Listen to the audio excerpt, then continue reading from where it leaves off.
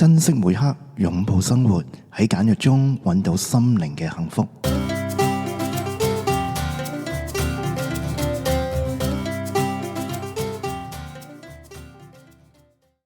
歡迎大家嚟到簡約生活課，我係你哋嘅節目主持人吉巴。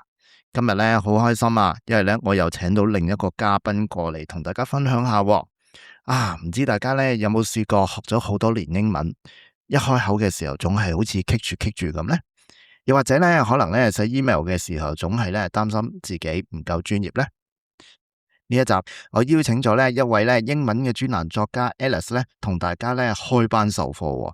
Alice 不單止擁有豐富嘅補習教學經驗，過去曾經亦都擔任過空姐。佢更加累積咗無數同世界各地母語者實戰嘅溝通嘅經驗。喺呢集裏邊Alice 會不藏私咁同大家分享下佢嘅獨門嘅英語學習心法。我相信今集滿滿嘅英語嘅乾貨，絕對可以能夠幫到大家手。好，事不宜遲，邀請阿 Alice 嚟同大家分享好嗎？好，歡迎你 Alice。你好啊，吉巴。今日好開心啊，可以邀請你嚟同我哋啲聽眾去分享吓。可唔可以都簡單介紹下你過往嘅經驗係點樣樣，好唔好啊？咁頭先你都提過啦，我做過空姐嘅，我做過20年嘅flight attendant 啦。然之後因為某啲原因啦，我個公司就close 咗啦吓，咁我就誤打誤撞之下就入咗教育界就教英文教英文其實都係一個，我覺得係好似上天一早已經安排咗，之前埋下伏線，因為我喺航空公司做嘢嗰陣時要用好多英文嘛。係啊。咁去到疫情嗰陣時我就 offer 俾啲小朋友免費教啲英文咁有效果又好似唔錯咁就教英文直到而家啦。哇，都係一段好長嘅時間嚟噶咯。冇錯。我想問下你其實有好多啲家長成日話喂，學好啲英文啦咁樣，其實係咪淨係講緊流利咁去溝通呢一樣嘢呢？定係話其實可能佢哋對學好英文呢樣嘢會有個誤解喺度呢？咁講啦。嗱，如果你真係將英文當一個學科嚟學咧，其實即係聽落已經覺得好悶啦。即係我自己都會覺得，因為我自己都喺香港接受咗9年免費教育啦吓，跟住學咗英文，其實我覺得係一個無效嘅學習嚟嘅。點解咧？因為我真係揸住本書，而老師真係講英文嗰陣時係真係講文法，咁我唔可以親身去體驗到個語言啊，所以咧其實我覺得好浪費時間咯，嗰段時間。咁反而咧，如果我哋可以係將佢融入生活入邊which 其實而家好多家長都會咁做嘅。咁其實真係可以事半功倍咯。咁啊，好似有啲人話學英文就好似學唱歌咁樣樣噶嘛，係咪啊？都係噶呢個我覺得呢個比喻係非常之好啊！即係我成日都講我自己好中意聽陳奕迅嗰啲歌吓，咁我成日都將啲歌咧會朗朗上口，但係其實我對音樂嘅個認識係零就嗰啲咩哆來咪我完全唔識嘅。但係其實學語言正好似學音樂咁，即係你聽一首歌，你聽得多嘅話，你自然就會識去哼出嚟嘅。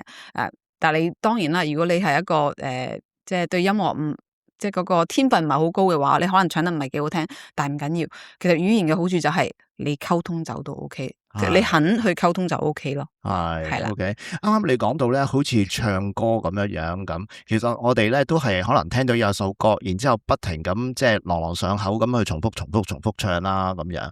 其實學英文可唔可以都類似做到呢一步咁樣咁，慢慢可以學到嗰個語言呢？其實絕對係可以嘅咁我點解我覺得咁有發言權咧？就係即係我個女咧，其實就係一隻白老鼠嚟嘅，俾我做試驗嘅咁我而家出嚟嘅成果，我覺得係幾好咯即係起碼佢而家好有自信去講英文啦，對運用英文呢樣嘢係冇障礙啦即係好似接近母語啦，可以咁講啦咁我覺得係好有賴佢細個嗰陣時佢係接觸到好多英文而亦都係由最初嗰陣時佢又完全對英文係一啲了解都冇，但係中間我哋肯花耐性去俾佢試錯啊，呢個過程我覺得係非常之重要。係，我相信咧，應該你個女係由好細個嘅時候開始學噶啦，係咪啊？即係幼稚園嗰陣時，幼稚園，但係幼稚園嘅時候，你同佢做過啲乜嘢啊？嗰陣時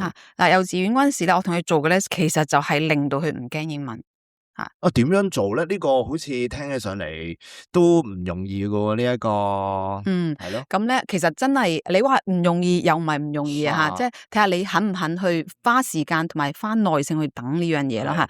咁其實小朋友佢細個係最好嘅，去好似有海綿咁啊，去吸收個語言嘅經驗啊嚇。咁我嗰陣時做法就係咩咧？就係 set 一個時間，係3分鐘嘅時間俾佢。嗱，呢3分鐘入邊，我唔理你講英文啦。咁一開始嗰陣時，佢甚至係3分鐘完全唔講嘢噶，唔緊要。咁3分鐘完咗，咁我就完咗噶啦。咁慢慢嗰3分鐘入面，佢肯講少少嘢啊，所以我成日都講，你要俾耐性咯，你要俾時間佢去試錯咯。咁慢慢佢知道你唔係一個咁你一定要俾到個好亮麗一個成績表去睇。你肯花時間同佢去中間去試錯咧，其實慢慢佢哋就真係會喺你嘅指引之下，係會有啲成果出嚟咯。我相信咧，幼稚園嘅家長都會有耐性嘅。上到小學嘅時候咧，要兼顧嘅嘢開始多啦。即係有好多唔同嘅功課啦，有好多小測啊、大測啊等嗰啲咁樣。小學嘅時候，你又點樣去幫你個女手咧？咁其實都係。好多謝佢幼稚園嗰陣時肯花時間嘅，講真就真係。咁當然啦，我自己亦都接觸好多係小學生先開始去學英文，咁都係嗰句唔好貪心。如果你已經決定咗想佢喺英文方面我第一個嗰個宗旨就係等佢唔好驚英文，你就係用一個好短嘅時間，但係持之以恆咁去做咯。咁當然中間個方法咧，我哋可以。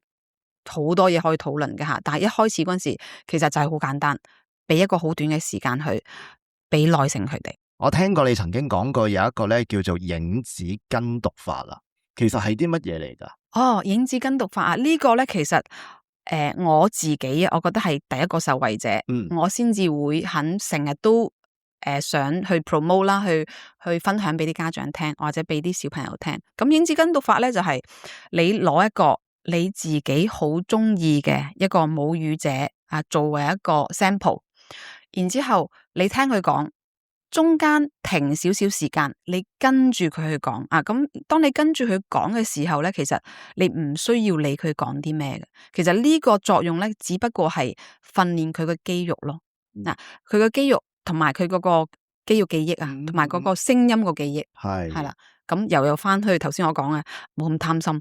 我哋每一次學一樣嘢，係 OK， 可能就算幾分鐘都好，咁慢慢嚟咁樣啦。冇錯，冇錯。咁但係會唔會可能揀一啲即係有啲咩嘅題材嘅文章會比較好啲咧？其實咩題材咧？每個小朋友唔一樣嘅，我亦都唔排除啦。我識到個小朋友佢好中意讀字典嘅，咁但係讀字典係讀字典呢樣嘢係冇人會 recommend 嘅，但係都係啦吓，個人唔一樣噶。如果佢覺得 feel comfortable 讀字典，咁咪俾佢讀字典啦吓。但我自己就會去揾啲比較有趣啲嘅、有故事性嘅題材俾啲小朋友去跟讀啦。我自己就用伊索寓言咯，去俾我個小朋友細細個嗰陣時去跟讀。點解咧？因為第一佢短第二佢入邊好多動物小朋友最中意動物噶啦咁如果你喺一個咁短嘅時間入邊，你俾到一個故事佢咧，一個完整嘅故事俾佢哋咧，其實佢哋係覺得好有滿足感嘅。係啦，咁所以我會推薦啲有故事性例如伊索寓言呢類故事俾小朋友去跟讀咯。我想問。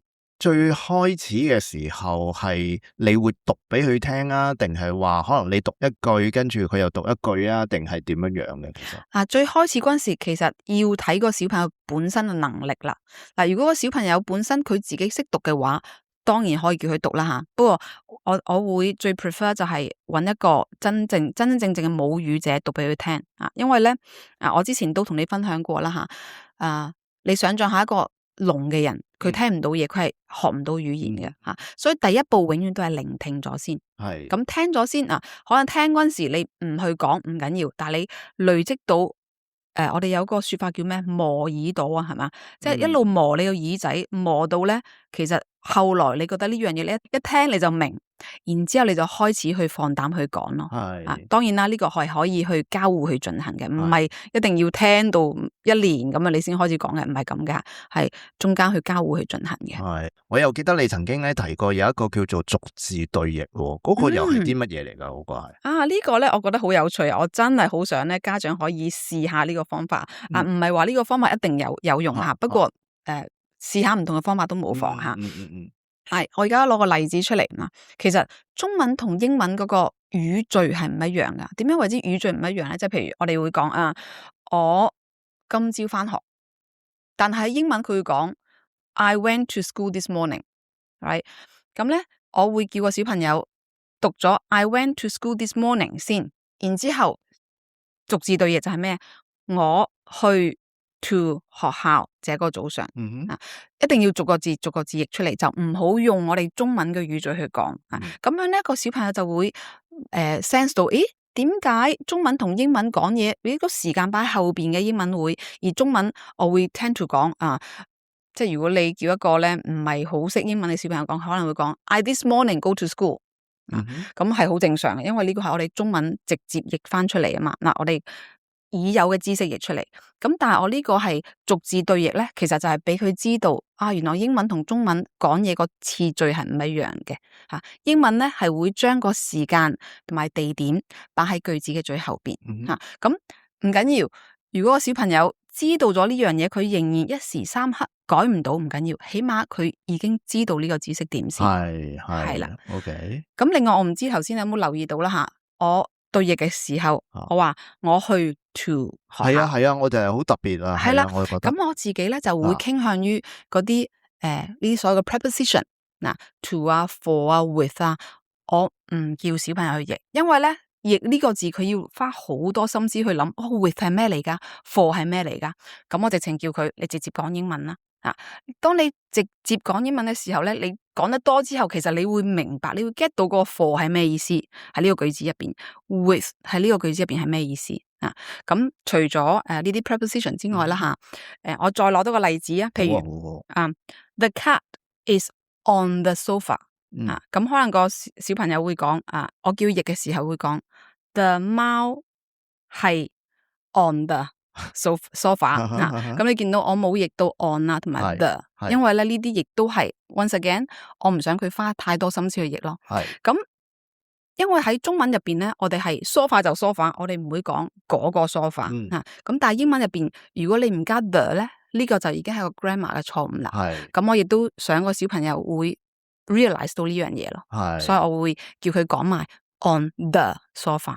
但可能有啲家長咧都會擔心就係，好似中英夾雜咁樣，咁可能第日會唔會變咗就係啲中式英文嘅習慣咁樣，好似好奇怪咁樣。如果正如頭先我所講咧，如果我哋係用中文嘅思維去講，譬如我今朝去學校咁樣去譯咧，咁絕對係會有呢個問題發生。但係如果係逐隻字去翻譯，其實只不過係要個小朋友搞清楚呢個概念啫。而呢樣嘢咧，其實係只不過係一開始嗰陣時同佢咁講唔係話每一次都要咁做咯。咁慢慢咧個小朋友佢識得自己獨立去睇篇文章嘅時候咧，咁佢自己可以選擇用唔用呢個方法去幫自己咁呢個係佢自己嘅選擇咯。但係一開始希望俾佢唔會咁驚呢個係英文啦但係如果係我學法文嘅話，如果我有個中文去幫我去學法文，我會覺得安心好多，親和啲啦，可能會舒服啲啦。冇錯，起碼明白個意思先，明白個意思，然之後你慢慢再去練咯。OK， 即係話其實就唔需要擔心佢哋會出錯。最緊要咧就係起碼有個興趣，願意去嘗試先冇錯，呢個就對佢個學習就會比較重要啦。係啦。OK，咁我又明多啲啦。咁但係可能對於一啲缺乏信心嘅小朋友即係佢真係比較內向啲，冇咁唔係太願意去表達嘅咁樣，你覺得又可以點樣幫佢手啦？如果係其實呢個就係我個女個類型啦。點解我當初要我個女去咁樣去表達咧？就係因為佢唔肯表達咁俾耐性佢啦，嗯就係、我當時點做咧，我就俾個時間佢，一個好短嘅時間啊，我亦都唔會去 push 佢嘅。呢個時間你中意做乜就做乜，但係你呢3分鐘你係我嘅，你呢3分鐘你中意做乜，你唔可以做其他嘢咯。但係你就係去 dedicate to 做呢件事，就係去表達咯。係咁由最初嘅佢表達唔到，去到慢慢佢講到少少，但係逐粒字彈出嚟，然之後慢慢組成一個句子。然之後句子同句子之間，佢識得用啲連接處去連住，咁慢慢去見到自己嘅進步咧，佢自然就會更加有心去做呢件事咯。係啊，絕對係啦，我都相信即係每個小朋友見到自己有進步嘅時候，個動力就會大啦。咁佢哋咧就會更加願意去練習啦，咁去嘗試啦。其實大人都一樣，其實大人都係啊，我覺得係啊。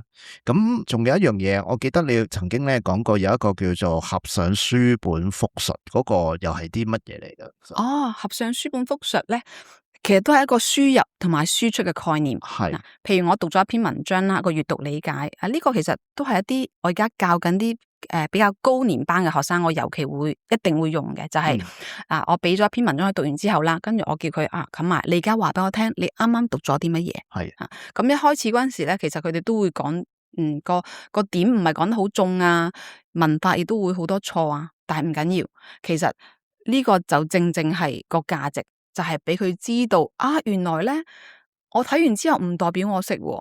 我自己講出嚟，原來係咁甩咳嘅吓。咁如果佢可以意識到呢一點嘅話，佢下次再睇多次咧，佢會留心多啲。原來頭先我邊度我唔知點講，咁佢再望多次我要記住呢個表達點講咁呢個輸出咧就係要提醒自己，我下次點樣可以做得好啲。OK， 其實呢個都係一個提醒嚟嘅，即係等佢自己好似一個自我檢查咁樣。冇錯，係睇邊啲地方做得好啦，邊啲可以再有一啲嘅改善啦，咁樣咁係咪啊？係啦，我相信呢個方法都幾好，我覺得咧連大人都好啱使啊，我覺得。係啊，其實我而家有啲成人嗰啲學生咧，其實佢哋學英文嘅過程咧。佢哋都會講原來平時咧喺日常生活入邊，我好多英文唔知點講啊。咁你真正要去講嘅時候，佢就死啦，呢個字點講咁佢就去學咯。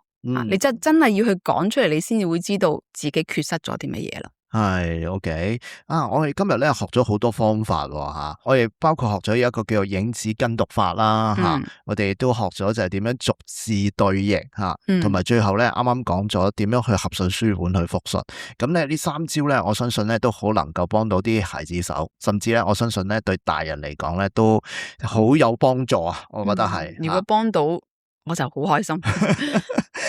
我想問下咧，如果譬如今日咧家長聽完咗呢一集佢哋只能夠做一樣嘢嘅啫，你有啲咩建議俾佢哋？由邊度開始啊？你覺得？如果係真係要俾建議咧，我都係用翻我個方法，就係3分鐘任意講，保持做落去。係 OK， 呢個3分鐘非常之重要即係我記得好似一啲人哋投資咁樣係咪咁咧就點樣可以複利運算每日咧逐少，相信咧將來個獲利咧亦都好大冇錯，而喺學習語言都係啦，不斷咁樣累積一模一樣，一模一樣嘅。好，咁今日咧好多謝阿 Alice 咧嚟同我哋去分享點樣提升我哋孩子啦，甚至係自己嘅一啲嘅英文能力啦。有機會再邀請你上嚟。好啊，我哋再深入去分享，好嗎？好啊。OK， 好多謝你，好，拜拜。拜拜。